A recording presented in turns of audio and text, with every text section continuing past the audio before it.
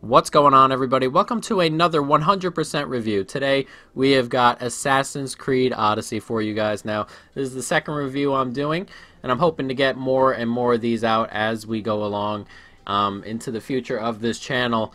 And this is going to be the second one for you. The first time around we did Assassin's Creed Origins, a review that came out rather recently, the day before the new Assassin's Creed came out, and I know that was obviously rather late, but I just wanted to see how that would get going and see where that would take us. But this one, pretty recent, this Assassin's Creed, and we've just 100%ed it a while back, but I've been gathering footage and things of that nature for you guys. So we've had this 100%ed for a while, campaign fully done, and as of this very moment, all the DLC done as well. There's one achievement missing, as you can see, but that achievement hasn't released yet, and the one DLC achievement that came out already was released on this channel, so you can go check that out already. But guys, we've hit all the achievements, 100% of the game, so hopefully we got enough footage and enough time spent on the game to go ahead and get ourselves a good review. I believe I put 75 hours or so into it, and I'm very much looking forward to any of the DLC that comes out. It looks like next month in December is when they release the first paid DLC, so hopefully that DLC is quite good, guys. But I hope you guys are excited. Let's jump into it.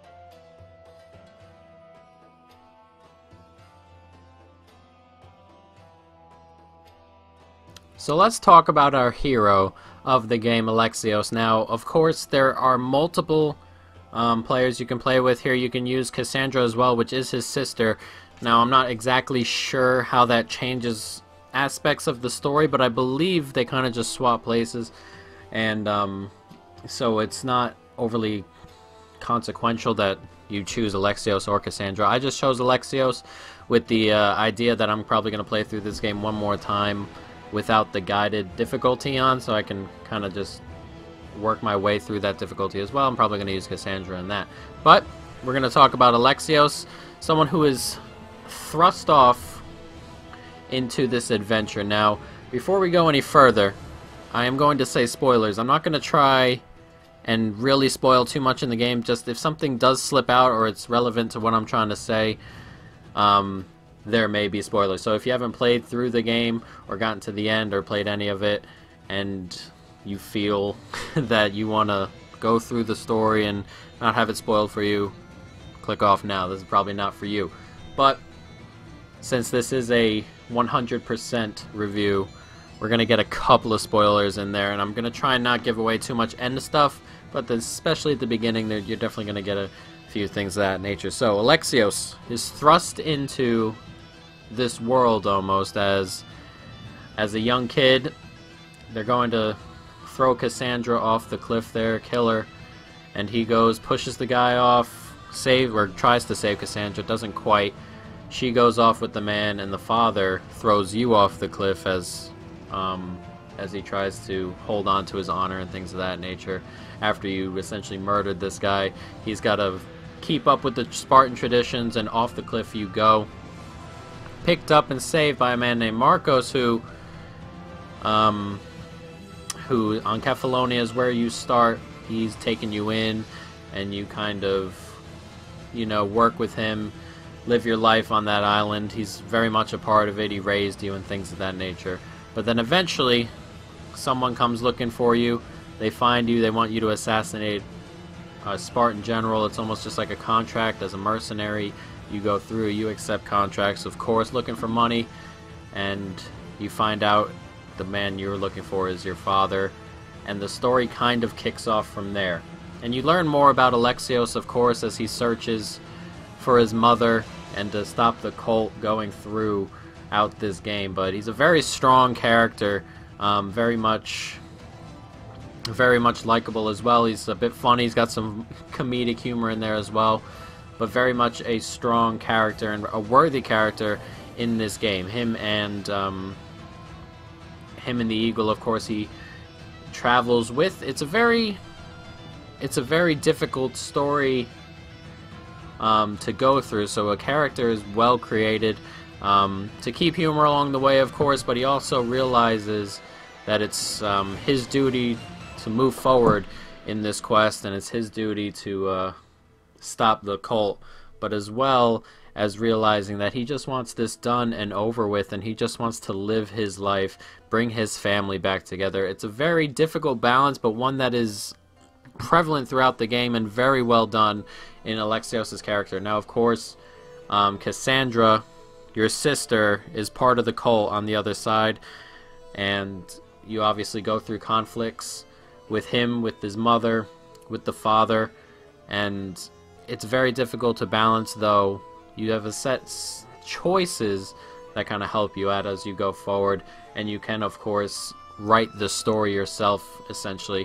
And we'll get into more of those later, but you can write yourself the story almost and be in a position to make Alexios a good character, a bad character. But all in all, toward the climax of the game, regardless of what you do, I feel that his motives are always the same. Get rid of the cult and get your family back, at least, and move forward with life afterward, and just looking for peace as we go forward.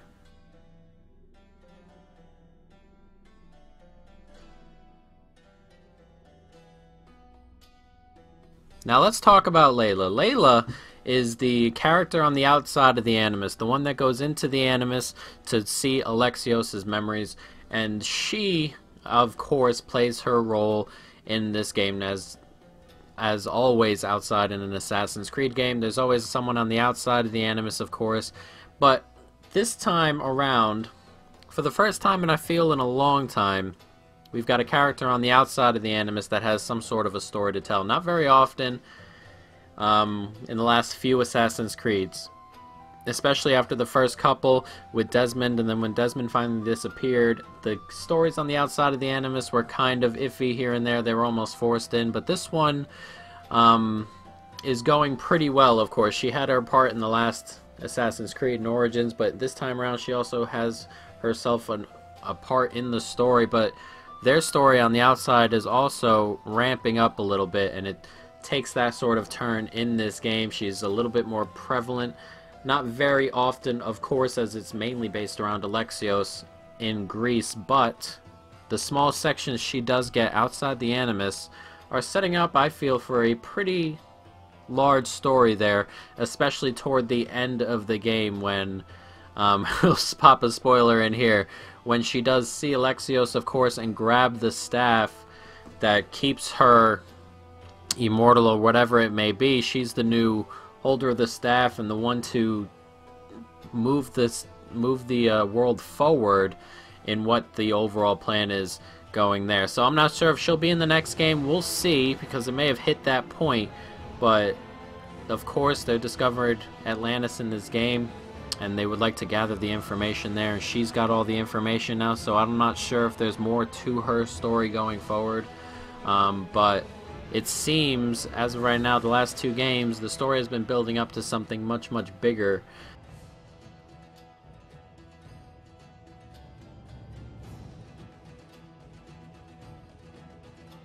Now let's talk a little bit about gameplay. Now I don't want to get too in-depth on the gameplay of this portion of the video, but I believe it's important before we go forward, of course.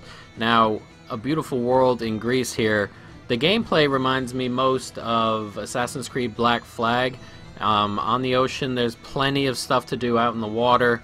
The sea fighting is relatively similar, which was always pretty great, and Assassin's Creed Black Flag was one of the better Assassin's Creeds, I feel.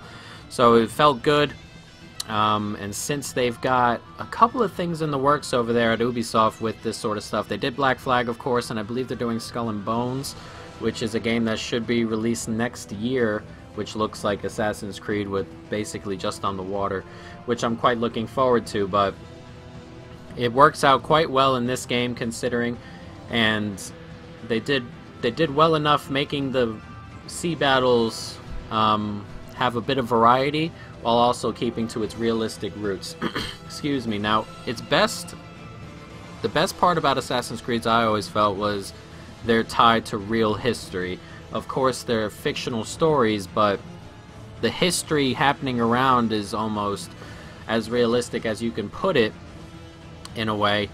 So that makes it fuse these two things together, real history and a fictional story, and it fuses them so well. It's always done so well. I feel my favorite Assassin's Creed was Assassin's Creed 2, and that game did it almost brilliantly. And I feel if you don't go all the way through some of these games, like Assassin's Creed, of course, if you don't, I mean, not 100% them, but if you don't push to do everything in the world, you almost miss out on some of the experiences that happen in these Assassin's Creed games. And in this one, it of course works out much better. There are plenty of real-life characters, Socrates, Hippocratic. They're all real characters who lived in history, and they don't force them in, but they're in play in your game, and you get to see a little bit of how they were and things of that nature based on what history has told us.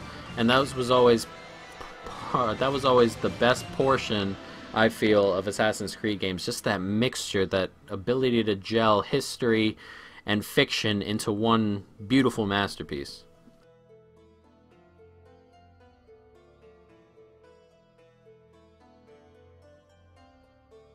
Let's talk about the world itself. It's absolutely gorgeous. They've outdone themselves, as they always seem to do as they move forward. The last game, in Origins, they brought Egypt to life. It was beautiful, and this time around they brought Greece to life. It's gorgeous, and I believe what adds a little bit to the world that it didn't have too much of, well, it did in Assassin's Creed Origins, but I believe the setting is a little bit nicer on the eyes. In Assassin's Creed Origins, you got the desert, of course. It was mostly in the desert, and you got a couple of oases here. The sheer difference in terrain in Greece, I believe, helps bring this to life just a little bit more. Plenty of the ocean, rivers and lakes, of course, but there's also elevation and mountains, valleys, things of that nature. There were tons and tons of different terrains. There's volcanoes on different little islands, of course, and there are little islands all over the place, all with different things related to them. And one thing that Greece also did have was plenty of monuments and things of that nature that add to the world itself. Cities were beautifully made, and even that bit in the story where the city of Athens changes over almost as the plague sort of tends to hit that city, it's almost night and day. It's the same place, but they capture those moments so brilliantly well as they almost change the terrain almost in that city after that event. Now, some of the places also can have plenty of things you can interact with. It's also one of those places that, because it has tons and tons of variety in it, it's almost like you're in multiple areas at once. When you're out in the water, in the ocean, and then you pull up on, say, a volcanic island that's over there, it's almost like a change in game almost. It's not just a change in location, it's just a different place entirely. And there are plenty of those areas all over the place. We include the ocean, of course, mountain ranges, deep valleys, heavy forests. There's just tons and tons of beautiful areas in this game.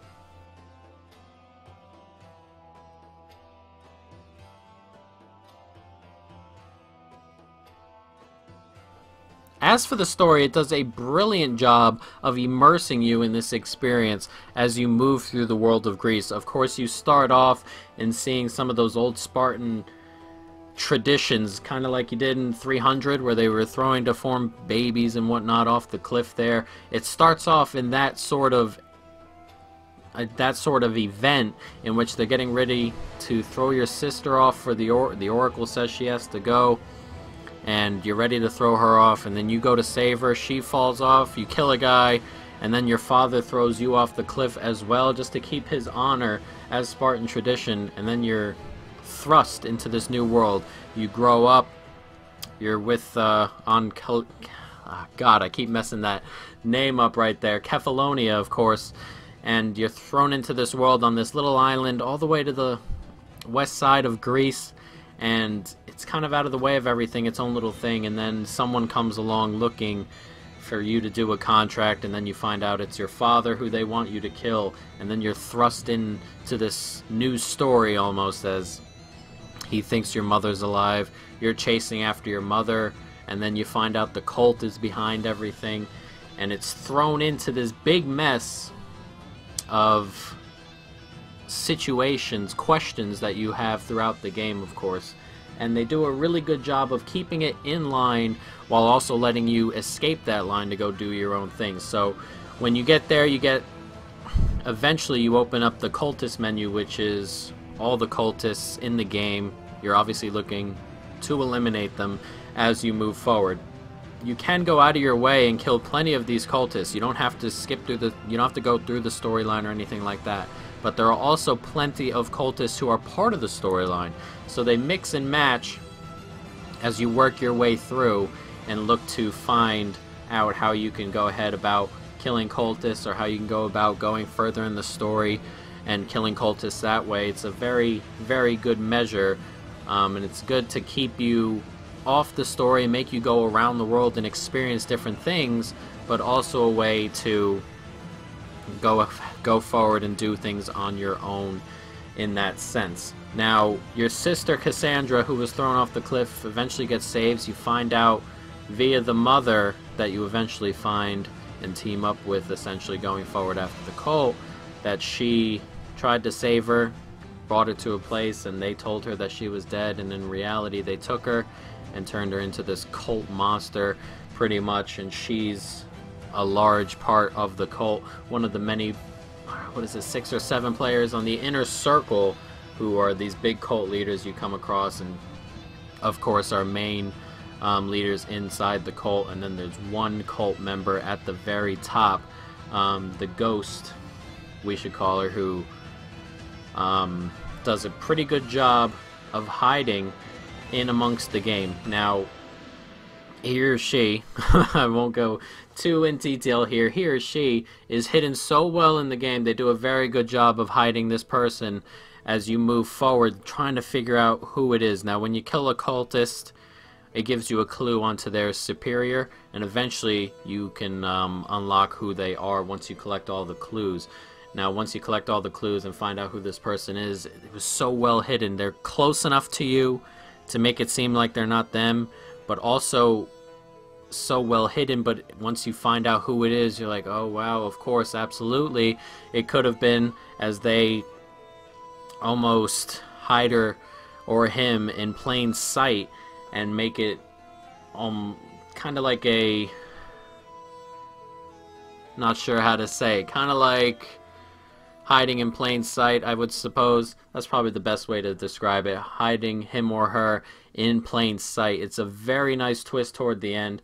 But the story itself, outside of the cultists, is also well done. You go chasing after your mother, and your real goal is to reunite your family. You come across your father early, and then your mother later on in the game, and then your sister, of course, later on in the game, and your goal almost is to reunite your family. Now, of course, with decisions, you can always try to reunite, or you can always go ahead and kill off some of your family members and things like that. That's one of the better parts about this game, is that you can go forward and really choose how you want this game to go about. And the story does a very, very good job of detailing how that happens. Now, I've obviously played the story how I wanted to play it, but there are also many different ways to play the story, and I'm not exactly sure how. We'll use spoilers, right? We'll use right at the beginning of this an example. Now, I didn't kill Alexios at the beginning of the game. You could have. It was definitely an option. Now, I'm not sure how killing him affects the story. Later on in the game, when you're talking to your brother or his son, he does show back up. So he does show back up in later missions. I'm not sure if you do kill him off at the front. You may have, you may not have, but there's always that hint. When I play back through the game, I'm going to try and do the opposite of all the things I did moving forward in this side of the game, of course. But there's always something going on. There's always a choice you can make that affects the story. And the story ends up in a place where you meet your real father after you find out Alexios isn't your father, and he's an assassin. He's the holder of the staff. He keeps Atlantis where it is, and he protects it, protects all the knowledge, and eventually you have to kill off some mythical creatures. We'll talk about them later on. You kill off some mythical creatures, and you work your way to shutting Atlantis and holding that information from the rest of the world, they can't handle it kind of thing, and you hold off that information, shut it down, and he eventually melts, and you become the new leader of the world, essentially. I don't want to call it that, but you control so much information, and you're there to protect it, and it eventually becomes your responsibility at the end of the game. So everything in the game resolves itself, whether it's the cultists, or your family, or the assassins. Everything cultivates itself in a very pleasing way, and it's very, very well done.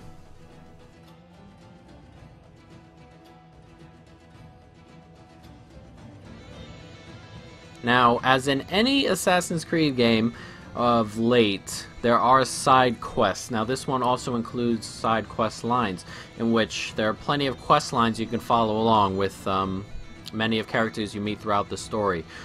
Daphne, Socrates, is just a plenty of different people who give you plenty of quest lines. Hippocratic as well. Now, there are some really, really fun ones. Daphne, of course, is a leader of a group out there. They're hunters, huntresses, whatever you want to call them, and you come along and they ask you to hunt some big animals. Now, they're like regular animals you find throughout the world, of course, but you find some larger versions of themselves, much more powerful, and you have to kill them all off. It's quite fun. It adds a different dimension to the game you're already playing. Instead of only fighting, say, just regular people or some of the animals you meet in the wild, there are bosses you can fight. It just adds a different dimension to the gameplay as you move forward. You kill it now. Some of these quest lines also drag you in emotionally, physically as well. Now, after you kill all these animals, say with Daphne's quest, you get to the end and you've almost formed a bond with her. You get to the end and she says, it's your turn to lead, pretty much, and you have to fight me. If you kill me, this is all yours. You're the leader of the group.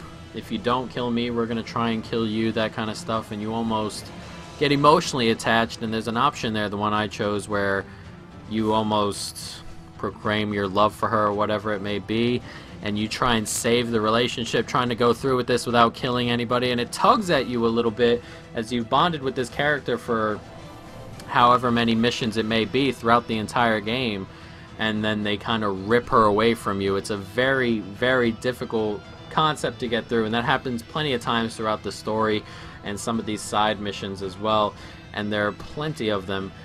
The arena is also back. You can go to the arena and fight different people, but that's also got its quest line that drags you in as well.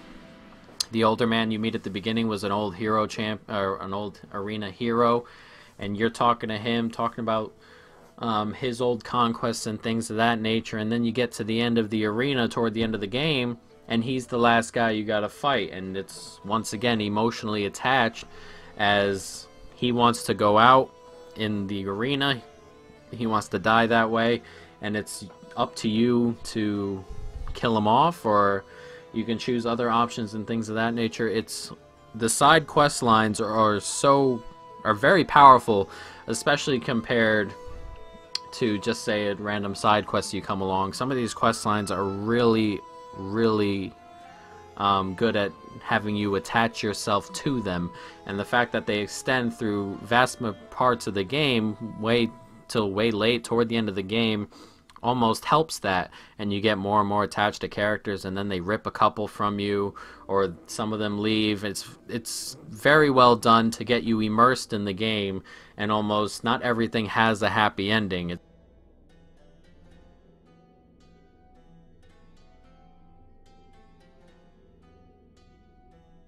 There are plenty of new systems integrated into this game that are very, very well done. Now, we'll talk about a couple of them, and we'll also talk a little bit about gameplay and the changes in gameplay as well. But we'll start with some of the new systems. Of course, abilities have been ramped up a little bit. Now you can upgrade certain abilities, and you have your little bar at the bottom that is sectioned off, and you get more than just your overpower. Now you have these abilities that you can add into your combat that help you out, just like the bull rush, in which you charge forward and you can go right through 4 or 5 enemies that way, or the hero strike, which I like to do quite a bit. It smacks them up in the air, smacks them down, and it leaves them in a vulnerable position for a little bit. You can refill your health in a couple of them. Some of them are related to your bow. Now, you get a couple of those, whether it's you can shoot multiple enemies at once, overpower your bow, or use what was pretty much the bow in the other game, where you could slow down and follow the arrow and change it that way. You can use one of those as your ability is as well. So there's plenty and plenty of abilities, and they all upgrade 2 or 3 times, and as well you can upgrade your regular abilities like fire damage and things of that nature. They're also in there as well. Not all of them are related to specific abilities you can use in combat. Some of them are just overall abilities that you upgrade on your character. Now, there were plenty of them in this game, and they were very well done. I only use a couple of them because I've gotten used to a majority of them that way. But you also unlock your overpower later on in the game, and it's always different for different weapons, and different weapons have different overpower abilities and things of that nature. But they all work out really well, and it makes the combat very smooth, and it gives you a bunch of variety when you go into combat. This time around, it's just one extra dimension on Assassin's Creed Origins, which did a pretty good job, of course, with its combat system as we move forward in this new Assassin's Creed era almost. The fighting is also used in a different way. When we were talking just a moment ago about, say, the new animals and things of that nature, there are plenty of different types of things you can kill in this game that are not just regular people, and they show up later on in the game, such as the Sphinx. I didn't actually fight the Sphinx. You can talk your way out of fighting the Sphinx and just collect it that way if you solve her puzzle. But the Cyclops, Medusa, and there's one more. What did I miss? Cyclops, Medusa, the Sphinx, and the Minotaur. And they're all different types of fights. Large bosses who move very quickly have different abilities. I mean, Medusa is a very difficult fight. And you'll see some of the fight in the background there. She's a very, very difficult fight. And you have to use your abilities very, very intelligently. You have to use them at the right times or she will kill you. As with any of the other bosses, of course, like the Minotaur who rushes at you all the time. You got to learn your dodges. They're very different to what you would normally get in, say, an Assassin's Creed game, as we, as I said, move forward in this new era where they add things of that nature, where we're not just killing guards and assassinating people. We're moving forward and adding dimensions to the game as we go.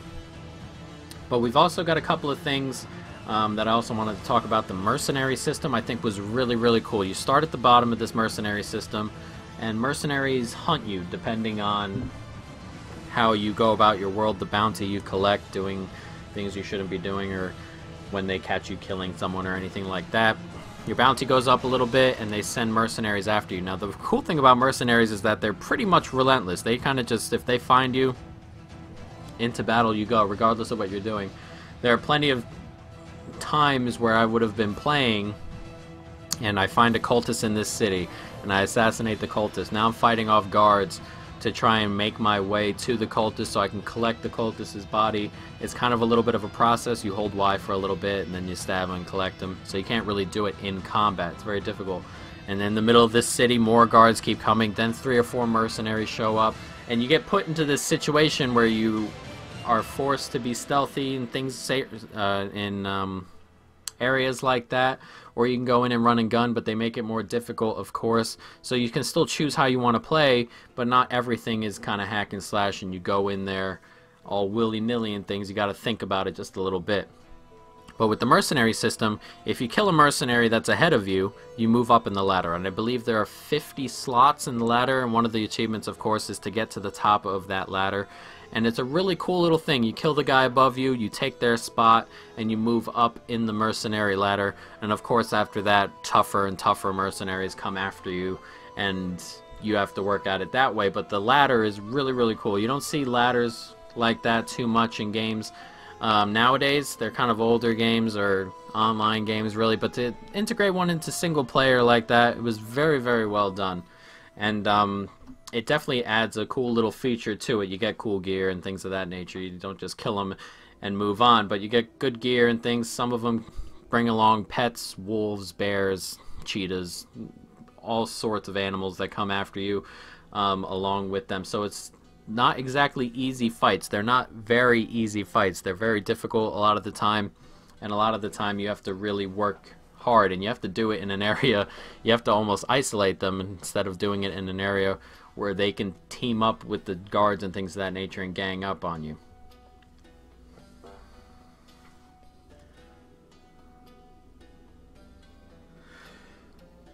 I wanted to talk specifically about the 4 mythical creatures you come along. The Sphinx, Medusa, the Cyclops, and the Minotaur. They all come with quest lines, so you have to find the side quest first, and then move all the way through the quest line and work your way to the end where you fight the mythical creature. Now, all of them you fight except the Sphinx.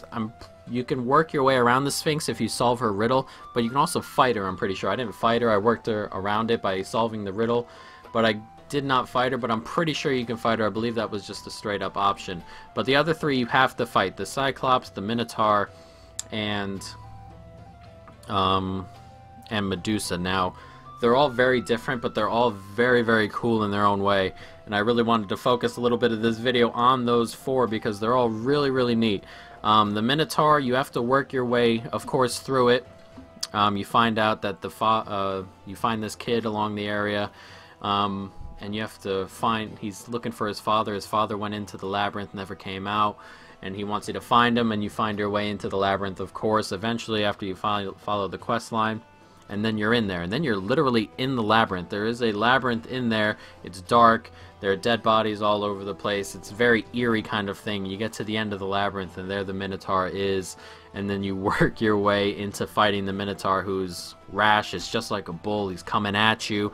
He's got himself an axe, of course. He's a huge, huge guy, and they're all 4 of the fights. All 3 of the fights I did, of course, are very, very different from one another. The Cyclops likes to smack at you. He's got his big club. He comes hitting at you. The Minotaur charges at you. He's a bull, of course. He swings, and when he gets toward the end there, he's really charging at you. It's a lot of dodging and things of that nature. The Cyclops likes to smack at you. You got to hit him in the right spot. Try and hit him in the eye, of course, and make him stumble about. And then Medusa, who, of course, when she looks at you, you turn to stone, but can't be too instant in a video game, of course. That would ruin it a little bit. But if you look at her too long and she looks at you too long, you do slow down, turn into stone kind of thing, and the stone men she summons can get you, or she can get you, of course. They're all very, very different types of fights, all with their own unique quest lines, also unique areas about. I mean, Medusa's area there, right around her area where you can feel how ominous everything is. There are stone frozen men all over the place. It's almost raining ash in this quiet, empty forest. And then you head into her area, and it's this obviously covered in stone, and there are obviously dead people all over the place. The Minotaur, of course, we were talking about, the labyrinth, and the Cyclops is kind of being imprisoned somewhere, which I believe goes with Greek mythology, if I'm right. If they imprison the Cyclops, and you end up working your way into there after you open the gate. They're all very unique, but they're also very difficult in their own.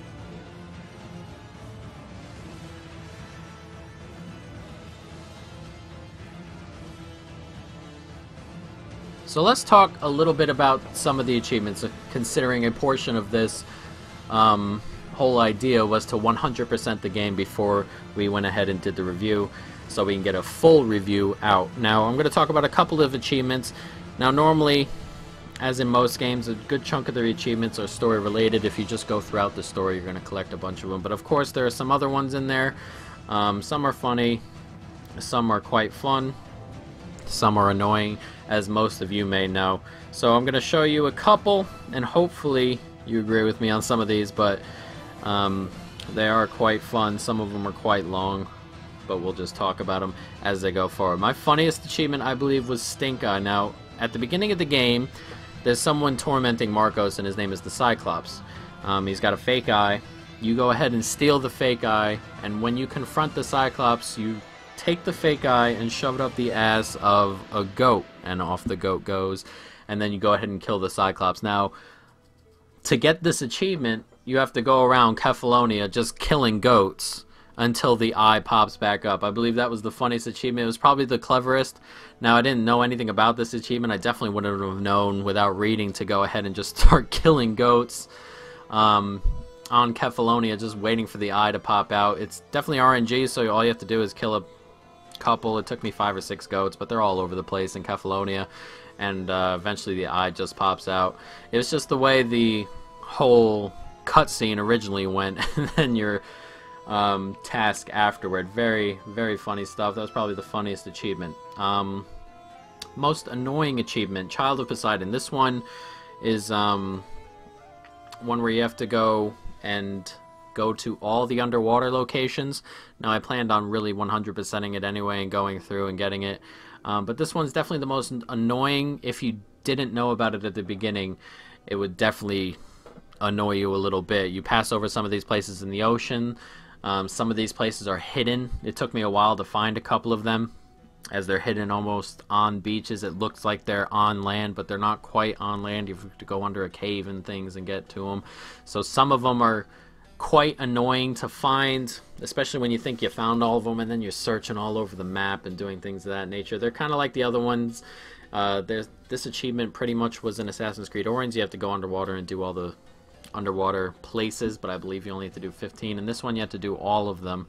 But they're definitely worth your while. Now, when I was going through the game, I was wondering how I could get some more rams and things, or I forgot what they're called. They're like the things you put on the front of your ship, the different types. You can get Medusa on there, the eagle they give you at the front.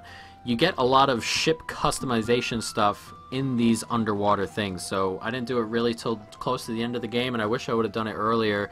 You find some cool ones on there, an octopus, Medusa, things of that nature. There are some really, really cool ones there, and you can customize what your ship looks like and things of that nature from some of the things you find in these treasure chests in underwater. So while it is an annoying achievement at the end of the game to go all over the map looking for these things, it ends up being worthwhile if you can do it before you finish the game up. The one I most enjoyed, in Perseus's Image is the name of the achievement, and that one is to kill Medusa. Now, this is the one I most enjoyed, mainly because of the story behind it and the area around it. Medusa's area, as I described earlier, was really, really cool, with the falling ash, the eerie feel to it, and you know you're coming up on Medusa. They keep, as you go through the quest line, you get more and more hints talking about how she turns people to stone, and she kidnapped the girl's friend that you're looking for. Nobody goes into the area. You go into the area, it's just these eerie silence almost. The stone men running that you see, and you just know you're coming up on this huge mythical beast who has the ability to kill you with the snap of a finger almost, just by making eye contact with you. And the eeriness just builds and builds until you get to the cutscene with her and her friend, and then you're just in the fight where she just kills that girl, turns her to stone, and then you're in the fight. It's a very eerie quest line with an eerie ending, and you know where it's going, and you just have to push through it anyway. That was probably my most fun achievement. And the longest achievement in the game is Legacy Restored. Now, Legacy Restored, you have to upgrade your spear 6 times. The only way you can upgrade your spear is by killing cultists and collecting their shards. Now, to upgrade your spear all the way, you have to kill all the cultists and collect all of their shards. I chose this mainly because of how much you have to do with it. You have to complete the entire cultist quest line. Now, there are a bunch of cultists. I'm not sure on the exact number, but there are plenty. You have to at minimum get to level 50, of course, to kill the last cultist, and then the rest of them, of course, are throughout the story. So you first have to beat the main storyline, and then you have to go ahead and kill all the cultists. And I picked this one mainly because you can do it it coincides with a couple, like killing Medusa. You can get to 50 and do it, but it's only one thing. But you have to get to level 50 to do it. It's one little thing. To complete this, you have to go through the entire Cultist quest line and the entire story quest line as well.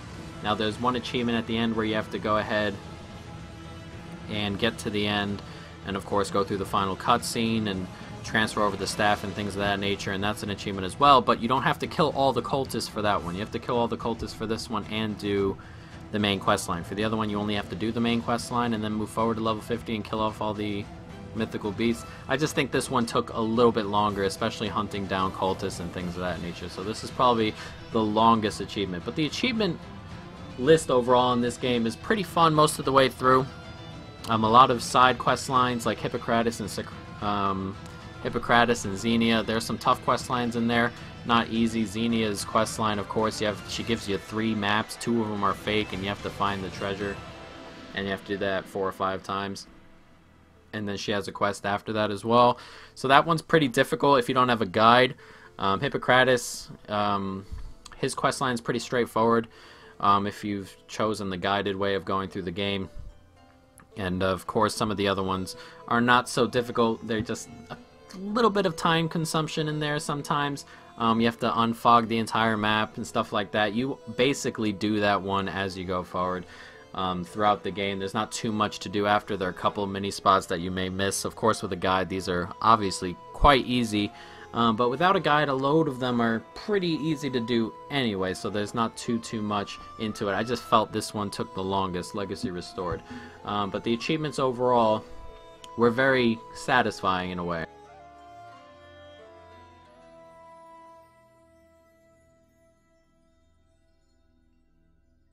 So before we go into the rating that I give this game, we're going to go ahead and take a look at some of the dislikes I had. There weren't too many, 3 or 4 I've got on here, but overall there weren't too many things to dislike about this game. Number 1, I didn't particularly like the viewpoints this time around with the eagle. Now, as you can see from some of the viewpoints that I put earlier on in this, and at the moment probably playing behind you or behind on the screen, is they tend to follow the eagle. The one thing I really enjoyed about viewpoints most of the time was the ability to look at the map. I wanted to see the scenery, I wanted to see how the world looked, but mostly you follow the eagle and it's very prevalent on your screen, and it's very difficult to take a look at your surroundings when you go through and do it that way. But I always felt that the best part was looking at the scenery, and the eagle sort of gets in the way of that one. Another thing I didn't like as much is some of the viewpoints are in pretty strange spots. There are some really high up places that don't have viewpoints, like some places overlooking cliffs, and then the viewpoint is below you. I felt some of the viewpoint placing was rather strange. There were a lot of like leveled off viewpoints that are leveled off with the rest of the area, not really up above, where I felt most viewpoints would probably be the most effective. So there are some viewpoint changes I feel could definitely go into it.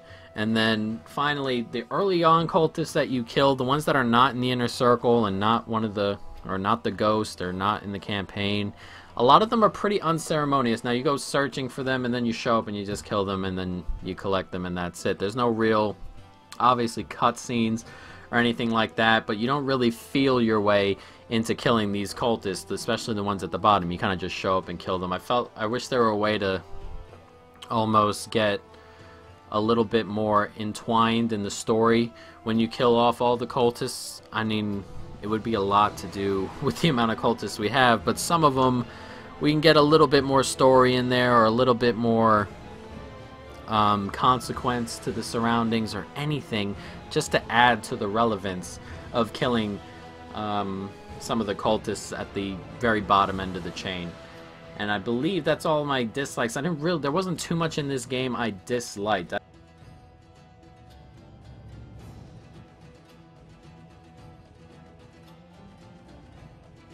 And now for the final rating that we're going to go ahead and give this game. I'm going to give this game a 9 out of 10. I really like the direction that Assassin's Creed is going. I know it's not the old Assassin's Creed. There aren't as much... I mean, it's a different game. Of course, it's a different game. But there are plenty of, I believe this is the best Assassin's Creed in a really long time. Origins was really good, I quite liked, but this is definitely a step above Origins. Assassin's Creed 2 I really enjoyed, Black Flag was really good. But we've moved forward, and this franchise had to change. It had to change to keep going, and I'm comfortable with this franchise keeping up because I really enjoy this franchise, and as of right now I want it to keep on going. And if they keep making it better and better, I feel worth it. It's like Call of Duty. At this point I kind of want Call of Duty to end. I've had my run with Call of Duty, and Call of Duty there's always an issue, and it's just not as fun anymore. So if that cut off without getting better, then that's probably the best solution as a gamer. If a game cuts off, if it stops getting better. But Assassin's Creed right now, I think, has hit a really nice patch of momentum. I think it's just getting better. I know it's not the old Assassin's Creed games, but it's evolved. It's still got the assassin elements in it. You still gotta assassinate people. You still can be stealthy. You can still do all that stuff you can do in the first game, but they've expanded it so much that it's moved just beyond this linear Assassins game, and now it's become this huge open world Assassins game where you have much more maneuverability in storytelling, in quest lines you can do more with the surrounding area, and especially the size of the maps nowadays. I mean, if you think back to the first Assassin's Creed or two, the sizes are just not anywhere near where they used to be, or the old Assassins are not anywhere near where they are right now, is what I meant to say. And everything was pretty linear. Especially when you move between cities. In the first one, you moved from Jerusalem to Damascus. It was just this long straight line pretty much on your horse. You came across a couple of people here and there, a couple of forts and things, but nothing major. Now every area on the map is a portion of the game, and I just 100% am on board with the way Assassin's Creed is going. I want it to stick this way. I want it to keep improving, to want to keep buying it. I don't want Assassin's Creed to just slowly die off. Nobody wants that in a series they enjoy. Want it to get better and better and keep going, or hit a point where they know it's going to end and just cut it on a high note. I don't have any problems with that at all. But this game, a 9 out of 10, brilliant from start to finish. I was fully immersed the entire time, and this is the only game I played for, other than the FIFA videos I've been putting out, this was the only game I played whatsoever in my free time. So it was very immersive, very well executed. The story was great. Everything else about it was just very well done. But guys, I really hope you enjoyed this. Let me know in the comments if you did. I really want to keep doing these. But yeah, guys, that's it. I hope you enjoyed it. Stay tuned for more. And peace.